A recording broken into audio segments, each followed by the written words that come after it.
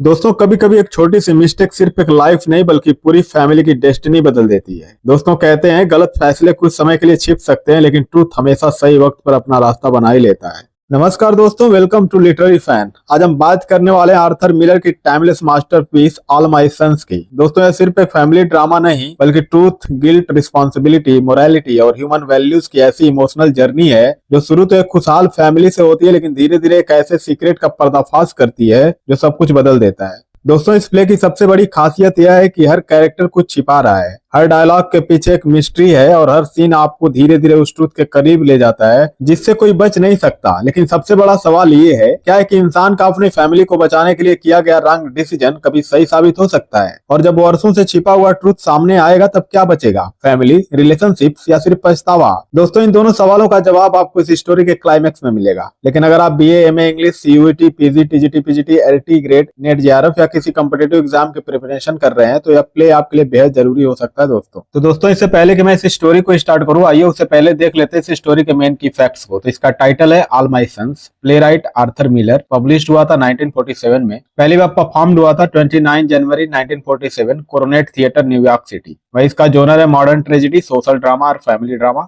वही सेटिंग हुई थी the backyard of the Keller families house, a small American town just after World War second. वही time period post World War second, America 1946-47। Number of acts की बात करो तो 3 acts में publish हुआ है दोस्तों ये। वही मेजर थीम्स है guilt, responsibility, truth, justice, family, morality, business ethics, sacrifice, consequences of actions. वही बात करें सेंटर कॉन्फ्लिक्ट की तो personal profit versus human responsibility की बात करी गई है इस स्टोरी में। वहीं इसका प्रोटागोनिस्ट है जो किलर। दोस्तों इसका सिंबल है the broken apple tree, broken dreams and hidden truth. इसका फेमस कोट है they were all my sons. वहीं इसके मेन मैसेज की बात करें, no one can escape the consequences of their actions, personal success has no value without honesty and humanity. वहीं बात करें अवार्ड्स की तो New York drama critic circle award 1947 मिला था। तो दोस्तों इससे पहले कि मैं इस स्टोरी को स्टार्ट करूं, आइए उससे पहले देख लेते हैं इस स्टोरी के मेन कैरेक्टर्स को ताकि आधी से ज्यादा स्टोरी आपको यहीं से समझ आ सके। तो पहले कैरेक्टर का नाम है जो killer, the man who choose business over humanity। दोस्तों जो दिखने में एक सक्सेसफुल बिजनेसमैन और लविंग फादर है लेकिन उसके अतीत में एक ऐसा सीक्रेट छिपा है जिसने कई लोगों की जिंदगी बदल दी। दोस्तों वर्ल्ड वॉर सेकेंड के दौरान उसने अपनी फैक्ट्री से डिफेक्टिव एरोप्लेन सिलेंडर हेड्स भेजने का फैसला लिया। दोस्तों उसका एक गलत निर्णय पूरे प्ले की ट्रेजेडी बन जाता है। जो किलर इस बात का सिंबल है कि पर्सनल प्रॉफिट और मोरल रिस्पॉन्सिबिलिटी के बीच लिया गया गलत फैसला कभी शांति नहीं देता। वहीं अगले कैरेक्टर का नाम है Kate Keller, the mother who refuses to accept reality. दोस्तों केट किलर सिर्फ जो की पत्नी नहीं बल्कि एक ऐसी मदर है जो अपने बेटे लैरी किलर के मरने की सच्चाई को एक्सेप्ट नहीं कर पाती। उसे पूरा ट्रस्ट है कि लैरी एक दिन वापस आएगा। दोस्तों उसकी यही उम्मीद पूरे परिवार को अतीत से बांधे रखती है। दोस्तों केट का कैरेक्टर दिखाता है कि लव कभी कभी इंसान को ट्रूथ से भी दूर कर देता है। वहीं अगले कैरेक्टर का नाम है Chris Keller, the voice of truth and justice. दोस्तों क्रिस केलर जो और केट का छोटा बेटा और वर्ल्ड वॉर सेकेंड वेटरन है। वह ईमानदारी, जस्टिस और ह्यूमन वैल्यूज में विश्वास करता है। दोस्तों अपने फादर को अपना हीरो मानता है लेकिन जब उसे सच्चाई का पता चलता है तो उसका पूरा ट्रस्ट टूट जाता है। दोस्तों क्रिस इस प्ले की मोरल कॉन्साइंस है जो सही और गलत के बीच खड़ा दिखाई देता है। वहीं अगले कैरेक्टर का नाम है Larry Keller, the invisible presence. दोस्तों लैरी केलर इस प्ले में कभी स्टेज पर दिखाई नहीं देता लेकिन उसकी प्रेजेंस हर सीन में महसूस होती है। दोस्तों जो और केट का बड़ा बेटा और वर्ल्ड वॉर सेकेंड का पायलट था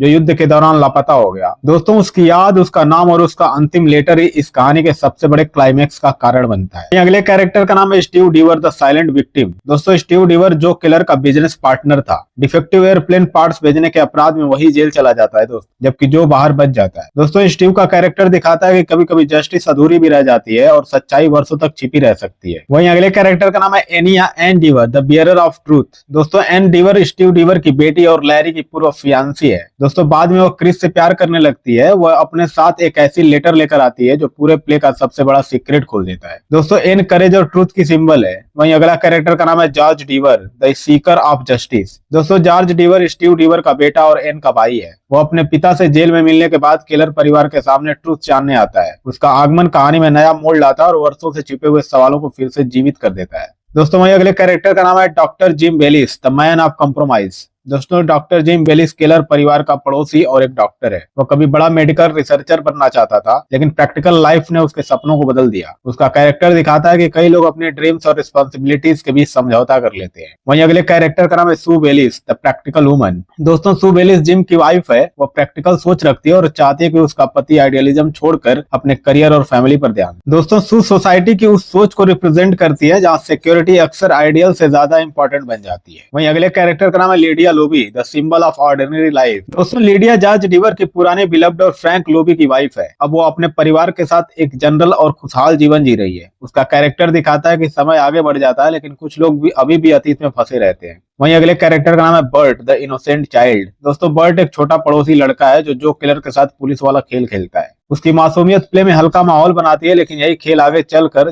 किलर के छिपे हुए अपराध की ओर एक सिंबॉलिक हिंट भी देता है। दोस्तों स्टोरी की शुरुआत किलर के घर के बैकयार्ड से होती है। समय अगस्त 1947, यानी वर्ल्ड वॉर सेकेंड खत्म हुए लगभग 2 साल हो चुके हैं। सुबह का वक्त है, लेकिन किलर फैमिली के जिंदगी में अभी भी अतीत का अंधेरा मौजूद है। दोस्तों प्ले की शुरुआत एक ब्रोकन एप्पल ट्री से होती है। यह पेड़ लैरी किलर की याद में लगाया गया था, लेकिन रात के तूफान में टूट जाता है। दोस्तों केट किलर इस घटना को एक बैड ओमेन मानती है। उसे लगता है कि यह किसी बड़ी घटना का संकेत है। वहीं दूसरी ओर किलर इसे एक साधारण दुर्घटना समझकर नजरअंदाज कर देता है। दोस्तों ये एप्पल ट्री पूरे प्ले में लैरी की याद और टूटे हुए सपनों का सिंबल है। वहीं किलर अपने पड़ोसियों जिम बेलिस, फ्रैंक लोबे और छोटे लड़के बर्ड से हंसते मुस्कुराते हुए बातें करता है। बाहर से वो एक सक्सेसफुल बिजनेसमैन और आइडियल फैमिली मैन दिखाई देता है, लेकिन आर्थर मिलर धीरे धीरे संकेत देते हैं कि के अतीत में कुछ ऐसा सीक्रेट छिपा है जिसे अभी तक कोई खुलकर नहीं जानता। दोस्तों वहीं क्रिस किलर अपनी बचपन की दोस्त एन डीवर से प्यार करता है और उससे शादी करना चाहता है, लेकिन एक बड़ी समस्या है। एन पहले लैरी किलर की फियांसे थी और केट आज भी मानती है कि लैरी जिंदा है, इसलिए क्रिस और एन का रिश्ता पूरे परिवार में तनाव पैदा कर देता है। दोस्तों वहीं केट किलर साफ शब्दों में कहती है कि लैरी मरा नहीं है। वो मानती है कि अगर लैरी मर गया होता तो यह साबित हो जाता है कि किलर दोषी है, क्योंकि उसका बेटा ऐसा पिता का बेटा नहीं हो सकता जिसने युद्ध के दौरान सैनिकों की जान खतरे में डाली हो। दोस्तों यहीं से दर्शकों को पहली बार एहसास होता है कि किलर के अतीत में कोई बहुत बड़ा राज छिपा है।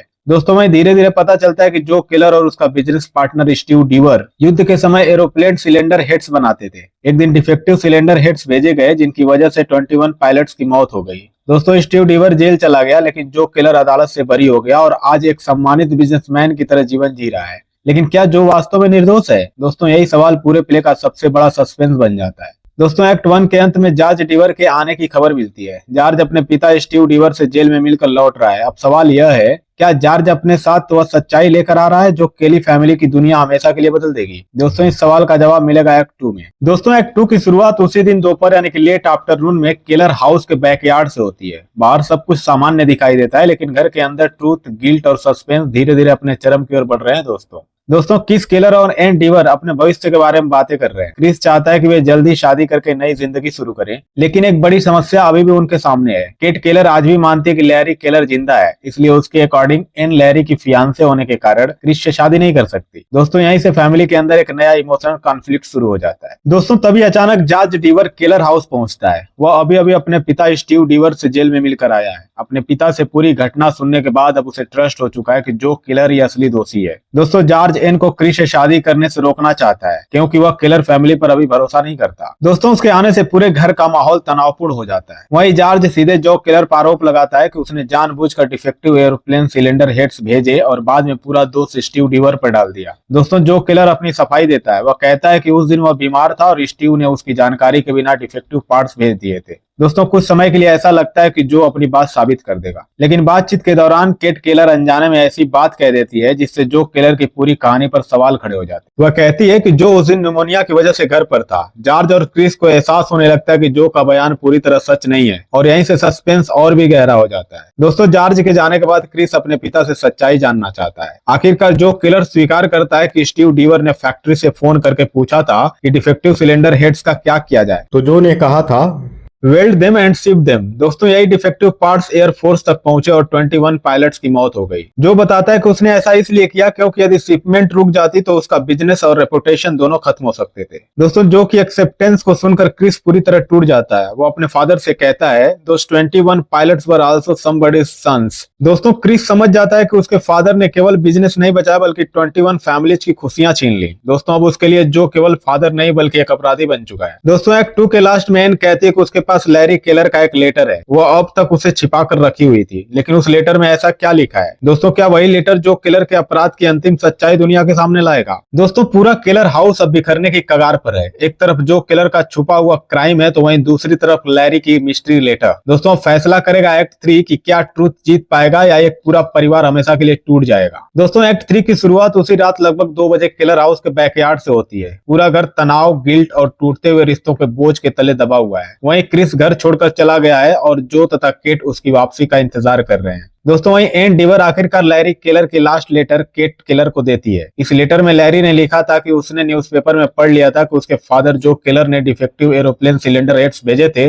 जिसकी वजह से 21 पायलट्स की मौत हो गई थी। दोस्तों अपने फादर के इस क्राइम और शर्म को सहन न कर पाने की वजह से लैरी ने लिखा कि वह जानबूझकर अपने मिशन से वापस नहीं लौटेगा, क्योंकि वह ऐसे फादर का बेटा बनकर नहीं जी सकता। और दोस्तों यही लेटर पूरे प्ले का सबसे बड़ा टर्निंग पॉइंट बन जाता है। दोस्तों वही लैरी का लेटर पढ़ने के बाद केट केलर पहली बार एक्सेप्ट करती है कि लैरी अब जीवित नहीं है। दोस्तों वर्षों से जिस उम्मीद के सहारे वह जी रही थी, वह एक पल में टूट जाती है। दोस्तों अब उसके पास सच्चाई स्वीकार करने के अलावा कोई रास्ता नहीं बचा। वहीं क्रिस केलर घर वापस आता है। क्रिस अपने पिता से कहता है कि उसे अपने अपराध की जिम्मेदारी स्वीकार करने ले चाहिए। दोस्तों शुरुआत में जो केलर कहता है कि उसने यह सब अपनी फैमिली के लिए किया था, लेकिन क्रिस उसे याद दिलाता है the man who died were also somebody's sons. दोस्तों फिर जो लैरी का लेटर पढ़ता है और पहली बार उसे एहसास होता है कि जिन 21 पायलट्स की मौत हुई वे भी किसी के बेटे थे। दोस्तों उसी मोमेंट जो समझ जाता है कि वास्तव में दे वर ऑल माय सन्स। यही डायलॉग पूरे प्ले का सेंट्रल मैसेज और टाइटल का अर्थ स्पष्ट करता है। दोस्तों अपने क्राइम, लैरी की मौत और क्रिस के टूटे हुए विश्वास का सामना करने के बाद जो किलर पूरी तरह बिखर जाता है, वह समझ जाता है कि अब अपने अपराध से बचना असंभव है। दोस्तों जो घर के अंदर चला जाता है और कुछ ही मोमेंट के बाद गन शॉट की आवाज सुनाई देती है। दोस्तों केट केलर गहरे दुख में डूब जाती है। क्रिस स्वयं को इस ट्रेजेडी के लिए दोषी मानने लगता है, लेकिन केट उससे कहती है don't take it on yourself, forget now, leave.